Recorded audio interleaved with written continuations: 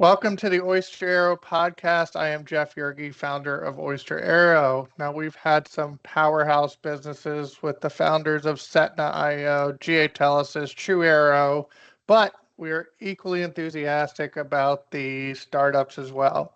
So we're joined today by Lindsey Mendelson Pearson, president of Mirandy Products.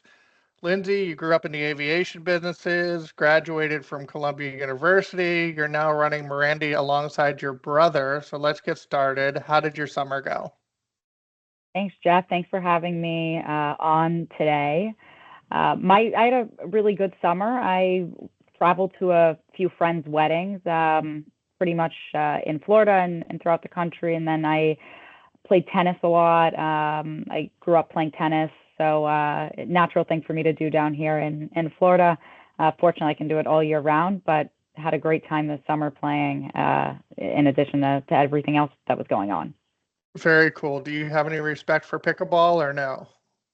You know, I like tennis more than pickleball. I've Of played course. pickleball a handful of times, but I guess call me a purist. You're a tennis player by art. Got it.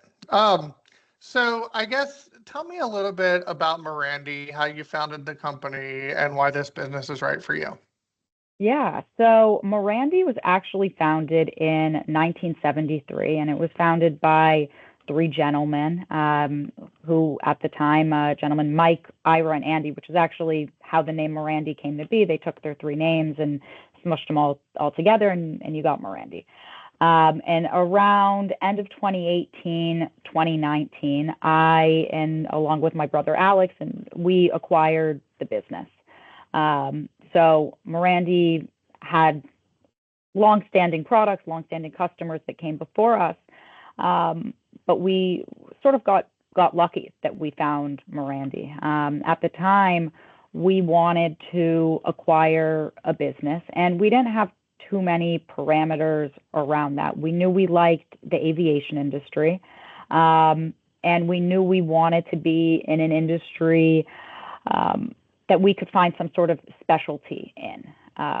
And we felt with Mirandy and with the chemical products we currently offer is something that we were able to do. And the initial product that got us interested in the business, as sort of unsexy as it is lavatory fluid. And we saw a niche in this product. And immediately when we read the SIM about the company, that's sort of what jumped out to us. And we said, hey, we have to meet the owner of this business and see if this is going to be a fit for us moving forward. And fortunately, we met the owner shortly after receiving the SIM. We went out to breakfast with him. We had an extended breakfast and got along with him really well. And things just sort of progressed forward really quickly. And I would say we probably met him in December of 2018. And on April 19th of 2019 is when we closed on the business. And yeah, so now we've been running it since then. I sort of came in right away. The former owner, he was an older gentleman ready to retire. And so I came in, took the helms. My brother sort of followed me up after he graduated from college. And now we've been running the business together. Wow. So toilet water, consumables. Now, I do surplus, so I can totally relate that it's not the sexy side of the business. But so why this space? What really attracted you to the consumables business? Because it's pretty challenging. It definitely is challenging. And, I will say I probably went in a little naively to it. And, I just knew that this one product, and initially the one product was something that we could get a lot of traction on. And as I learned more about it, I learned about more of those challenges that come with being in the consumable space. But I like the challenge of it, and I like sort of the different nuances that you have with it. It's sort of what keeps me going with it. And there's always something new. And, lavatory fluid, of course, it's not what is needed to keep a plane up in the air, but it is a product that's needed, and it's not something people are thinking about on a daily basis with planes. And that's sort of what I liked about it. It's something Yeah. that you do need, um, but you sort of fill this niche of a product that not everyone thinks about as to, I need to get into this space because I need to make sure it works and I need to make sure the plane's going to be kept in the air. There's a couple businesses out there that are really good at this. Yeah. No, I think it's great to run a business where not a lot of people want to hang out, and I can relate to that. So when you agreed to buy the company, what was your journey to getting funding? How is that looking right now? Yeah, so fortunately, we were able to self-fund the acquisition, which we feel really, really lucky about. And we're actually at a point where we've done very well through these past 5 or so years. We're at a point where we'd like to make additional acquisitions that are synergistic to Mirandy. So that's sort of where we are now, and we have the funding for that. So we're, fortunately, from the start to now, we've been in a really good position. Oh, that's really cool. Um, so you mentioned your brother. What's that like working with your brother, with family? Yeah, so he and I really enjoy working together. I think we complement each other really well. I think he would probably say the same thing. At least I hope he would. Um, but he sort of, after he graduated, he went into finance for a little bit. So it's been Yeah. great to have him on in sort of more of a financial role and to help us organize our financial models a little bit more than what we were doing. So our skills really do come in and they complement each other nicely. And he really loves being in this industry too. Um, so working together is very easy. Actually, before he came on board full time, he helped me out with a couple of projects while he was in school, sort of like an internship.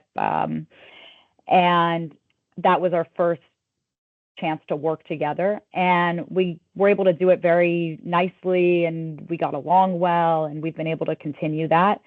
um, so it's been really good, and we're lucky to have a relationship that we do, that makes it really easy to work together. We actually That's share an office, and our desks sort of look at each other. So during the day, something comes up, and I'll look at him or he'll look at me, and we'll ask each other a question or brainstorm on something that comes up. So not the traditional sense of we each have our own office, but we actually sit and if we wanted to, we could stare at each other all day. yeah. I'm sure you guys have thrown something at each other, being face to face over the at some point as well. So, Occasionally. so what channels are you using to go to market right now, and what are you looking at to grow the business? Yeah, so most of our business right now is direct to the end customer, to the end user. With that said, we are looking to bring on more distributors and work with really strategic partners on that we feel can help us get our product out there and make a difference to our customers and customers we're not reaching, because there's only so far we can go in-house and being out on the road, versus if we have a really good distributor that works with us. I feel that we could expand our product line even further and just get the brand out there even more, and just grow the business. Good, good. Um, so beyond that, what do you think the next year looks like for the company? You talked about acquisitions, you talked about distributors. What else are you focusing on? Yeah, so obviously those are two key points for us, both in turn, that sort of encompasses our true goals of growing organically through our sales and then growing through synergistic acquisitions. So those are the two big goals for us. But along the way, in the next 12 months, we'd like to expand our team and bring more people on, specifically in that sales capacity. So we're looking to Sure. grow our team. And that really goes hand in hand with, of course, growing our sales and making acquisitions. Yeah, it sounds like you've been really smart about your growth too. So many companies hire all these people right up front. And, when we were meeting with Setna and Abdal and True Arrow, I mean, they just basically were saying that, you got to watch that growth. You want to grow so bad, but you got to keep your costs under control as well.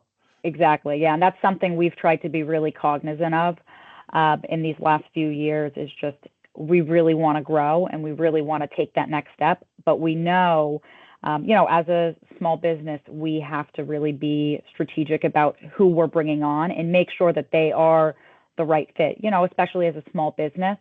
I know you know this too, as you're starting a business. We have to have people that want to be part of that sort of ground level and Sure. make a difference in the business, because I can say I wear a lot of hats. Everyone who's at Mirandy, we wear a lot of different hats a lot of the time, because we want to get to the next stage. Of course. Well, Lindsey, I have much respect for you as a fellow startup partner, for the bravery to go into this space. And I think you're going to be really successful. And once you have some surplus, maybe you can list on Oyster Aero, but I don't think you have any yet. We don't have any yet, but you'll be my first call when we do have that surplus, Jeff. Good deal. Well, thank you so much for joining us. And if there's anything we can do, let us know. And we appreciate it. Yeah, thank you. It was fun being on and talking to you. All right. Take care.